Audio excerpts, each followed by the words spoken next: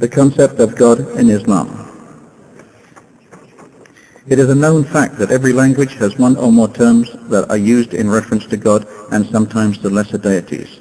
This is not the case with Allah. Allah is the personal name of the one true God. Nothing else can be called Allah. The term has no plural or gender. This shows its uniqueness when compared with the word God, which can be made plural, gods, or feminine, goddess. It is interesting to notice that Allah is the personal name of God in Aramaic, the language of Jesus, and a sister language of Arabic. The one true God is a reflection of the unique concept that Islam associates with God. To a Muslim, Allah is the Almighty, Creator and Sustainer of the universe, who is similar to nothing and nothing is comparable to Him. The Prophet Muhammad was asked by his contemporaries about Allah. The answer came directly from God Himself, in the form of a short chapter of the Quran, which is considered the essence of the unity or the motto of monotheism. This is chapter 112, which reads, "In the name of God, the Merciful, the Compassionate. Say, O Muhammad, He is God, the one God, the everlasting refuge, who has not begotten nor has been begotten, and equal to Him is not anyone." Some non-Muslims allege that God in Islam is a stern and cruel God who demands to be obeyed fully. He is not loving and kind. Nothing can be farther from the truth than this allegation. It is enough to know that, with the exception of one, each of the 114 chapters of the Quran begins with the verse, "In the name of God, the Merciful, the Compassionate." In one of the sayings of Prophet Muhammad, may the peace and blessings of Allah be upon him, we are told that God is more loving and kinder than a mother to her dear children. But God is also just. Hence evildoers and sinners must have their share of punishment, and the virtuous His bounties and favors. Actually, God's attribute of mercy has full manifestation in His attribute of justice. People suffering throughout their life for His sake, and people oppressing and exploiting other people all their life, should not receive similar treatment from their Lord. Expecting similar treatment for them will amount to negating the very belief in the accountability of man in the hereafter, and thereby negating all the incentives for a moral and virtuous life in this world. The following Quranic verses are very clear and straightforward in this respect. "Verily for the righteous are gardens of delight in the presence of their Lord. Shall we then treat the people of faith like the people of sin? What is the matter with you? How judge you?" This is chapter 68, verses 34 to 36 of the Holy Quran. Islam rejects characterizing God in any human form or depicting Him as favoring certain individuals or nations on the basis of wealth, power, or race. He created the human beings as equals. They may distinguish themselves and get His favor through virtue and piety only. The concept that God rested on the seventh day of creation, that God wrestled one of His prophets, that God is an envious plotter against mankind, or that God is incarnate in any human being, are considered blasphemy from the Islamic point of view. The unique usage of Allah as a personal name of God is a reflection of Islam's emphasis on the purity of the belief in God, which is the essence of the message of all God's messengers.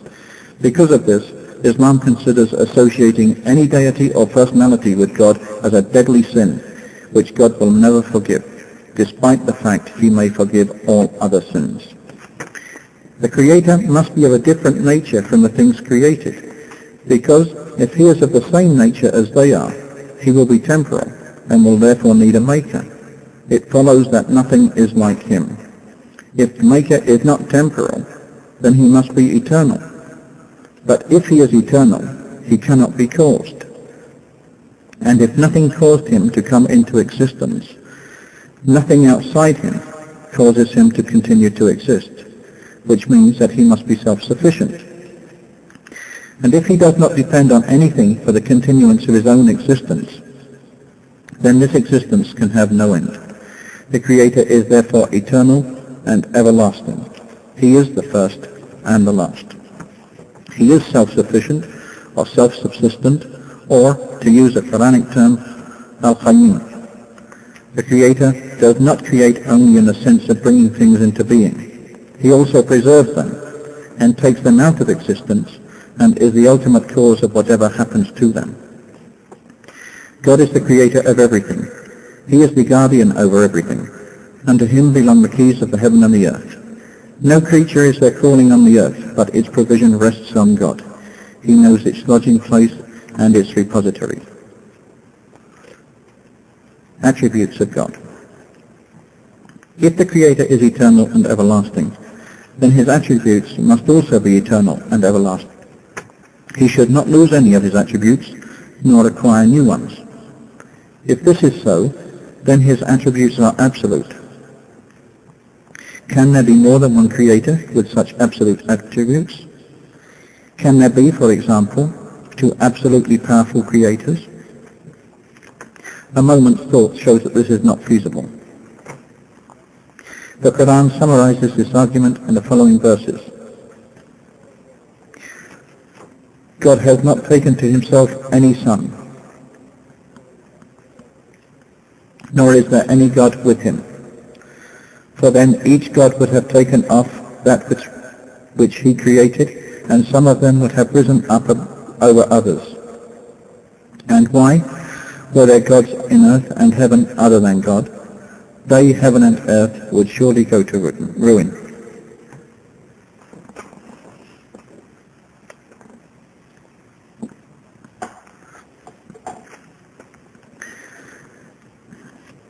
The oneness of God. The Quran reminds us of the falsity of all alleged gods. To the worshippers of man-made objects, it asks, do you worship what you have carved yourself, or have you taken unto you others besides him to be your protectors, even such as have no power to protect themselves? To the worshippers of heavenly bodies, it cites the story of Abraham. When night spread over him, he saw a star and said, this is my Lord. But when it set, he said, I love not the setters. When he saw the moon rising, he said, this is my Lord. But when it set, he said, if my Lord does not guide me, I shall surely be of the people gone astray. When he saw the sun rising, he said, this is my Lord, this is greater. But when it set, he said, O my people, surely I quit that you associate. I have turned my face to him who originated the heavens and earth. A man of pure faith, I am not of the idolaters.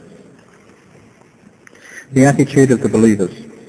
In order to be a Muslim, that is, to surrender oneself to God, it is necessary to believe in the oneness of God, in the sense of his being the only creator, preserver, nourisher, etc. But this belief, later on called Tawheed al-Rububiyyah, is not enough. Many of the idolaters knew and believed that only the Supreme God could do all this. But that was not enough to make them Muslims. To Tawheed al-Rububiyyah, one must add Tawheed al-Uluhiyyah. That is, one acknowledges the fact that it is God alone who deserves to be worshipped, and thus abstains from worshipping any other thing or being. Having achieved this knowledge of the one true God, man should constantly have faith in him, and should allow nothing to induce him to deny truth.